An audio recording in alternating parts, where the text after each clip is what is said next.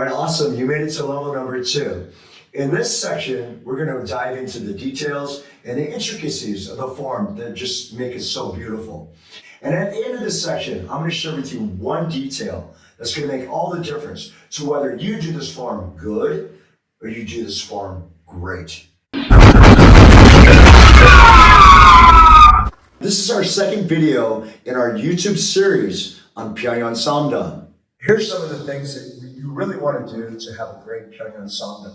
I'm going to try and do them in order the best I can, and I hope this helps. So from your opening move, for your chube, you look at your fold. You don't want your head to travel too much in that direction. You want to stay back over your back leg. So when you do this block, you want to be back. You don't want to be moving forward in this stance. Travel less. The next move, so from here, when you're sliding up and stepping down, your strike low will happen exactly as your feet come together. And that takes a lot of practice to get that timing exactly correct. Your double switch is kind of interesting. Your double switch is on both sides. But the move, from here, you have this V. The move is an in motion and an out motion. Almost like you're projecting yourself outward and fighting. So the move's going to go from here, in, out. From a forward view, it'd be from here, almost like you don't want those moves, but not quite. Into here, and then out. You're protecting, you're using these muscles here like you'd be checking like a round kick or a move coming from the side. Coming down the center, pretty basic. The reinforced outside block, you've already learned it in Pyong Ahn. However, knuckle to knuckle on your hip, make a good stance, eyebrow level. This extension, same thing. There's a hidden move in there. There's a cat stance in the middle. So from here, you're coming through. You actually don't stop here, but you're coming through. There's a cat stance, and then there's your spare hand. Make sure that this hand is palm down, and this hand is vertical, center. From here, make sure you break down the grab, twist, pull, look, collapse. Your collapse is actually fingers together. It's a tiger tail. Looks like this, fingers pinch, wrist back. So you want your tiger tail back here. The pivot is kind of interesting. So you have your stab, grab, twist, pull, your look, your collapse. This is a cat stance, and this will help you out a lot. When you're doing any spinning move, and you probably already learned it in Pyong Ahn Sam Dan, when you're doing a spinning move, you don't want to be coming around. You want to get yourself back to a cat, reverse cat stance, chin down, and place that straddle. From here, I think this is kind of an introduction to this move.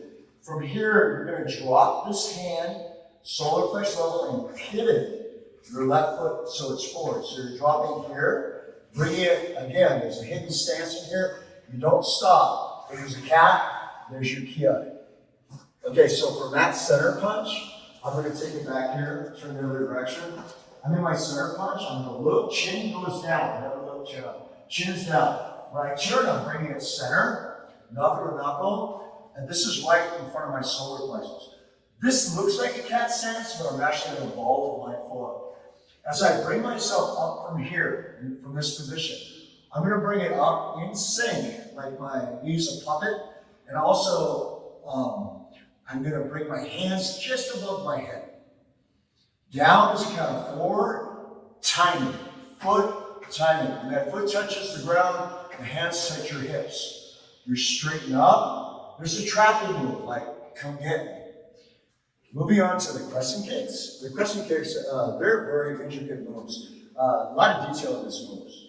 You have your good fists, your hands are in your hips, thumbs are in. You just did your trap. So you're here, keep your hands on your hips, you're going to take that small step out. You kick and you recoil. You don't want to step and bring that kick around and fall into it. You want to feel like you're grabbing someone behind the head with your foot and pulling it in.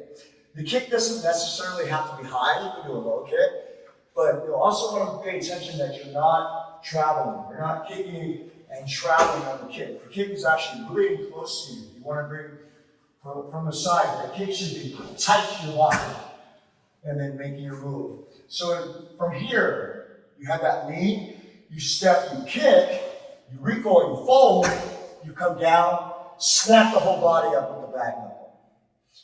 The same goes for all three kicks. On the third one, we keep the hand out. So on that third one, after our block, we're back knuckling, and we're turning three things at once. We're turning this down, this forward, and this up. So we're coming here, stepping through a cat stance. It doesn't stop. Stepping through and punching. There's no ki in that move. We're actually facing the other way. So we're here. From here, you want to stay level. You want to get all control on this leg. Keep your hand out. Keep your hand on your hip. Keep your left hand focused solar plexus level as you do your up move. I'll do it forward so you're safe.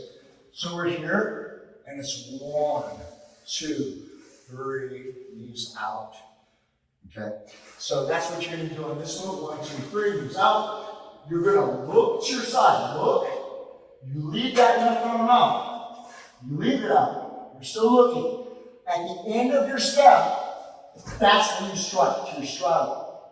Then you're looking. As you jump, you actually reach back behind you. So when you jump, you're not flailing this way. You jump and you're reaching. So it's jump knees up, then you landing with a strike. So you get that pull, strike. Make sure you're in a good straddling stance, and hopefully you ended up on your mark.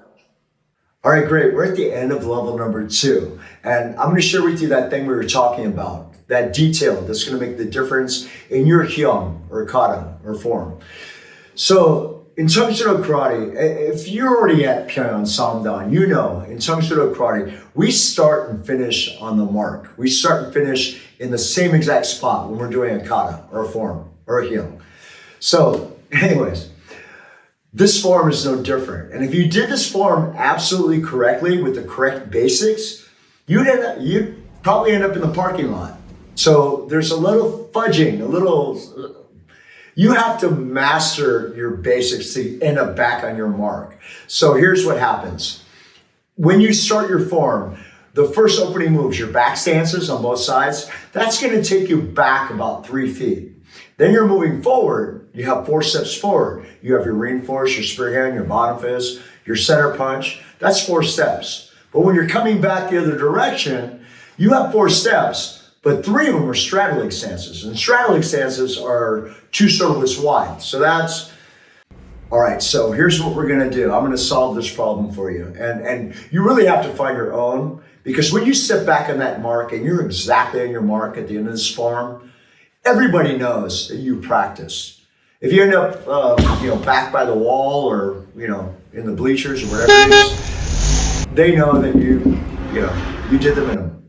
So, in this form, when you open it up, you take your first back stance. You don't go too wide. You don't step backwards too far. You bring it up, double shift. On this side, you do the same thing. If you go too wide, you're stepping back.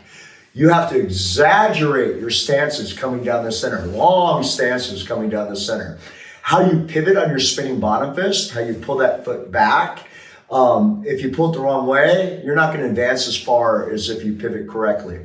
So you have to pivot correctly on your spinning bottom fist, step in, turn that foot, step in deep on that center punch. So then after you bring it up and you come down with your trap and you do your crescent stomp back knuckles in your blocks, you want to be in the perfect straddling stance because you already took care of it going that way.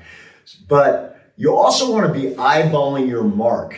So by the time after the third back knuckle, the one that stays out, and you drive your center punch, you want to be right on your mark so you can slide right across it, step to the side, jump back on it. You can fudge these moves, the jumps, like you can make yourself go forward and backward, but it's very obvious. So when you step back and you're exactly on your mark after doing this young, everybody will know that you practice. Everybody can see the work that you put into it.